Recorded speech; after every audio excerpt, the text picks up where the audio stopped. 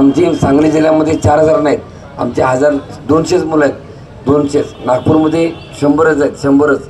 गडचिरोलीमध्ये 50च आहेत, 50च. 1000 लोक जर असतील फक्त 1000 लोकांचंच काम करा म्हणून सांगणार, बाकीचे विचार सोडून द्या म्हणून सांगणार. आम्हाला जगाच काय नको आता. हे जे उपाशी बसले त्या लोकांना द्या. हे लोक एवढे लिगली राहिलेत, बाकी कुठे आहेत मला माहीत नाही, त्याचा विषय पण नाही. धन्यवाद बाबा. आता इथं कोणीच नसतील ना, आपल्या कोणासोबत चर्चा बी नाही करायची आणि कोण नसतील त्यांच्याशी बोलायचं पण नाही. ठीक आहे, त्याला जिथं बसून बाकीची गोष्टी आहेत एकदा ठीक आहे, दोनदा ठीक आहे. तुम्ही बाकीच्या गोष्टीला पण अडचण जर निर्माण करत असतील तर उपयोग नाही त्या गोष्टीला.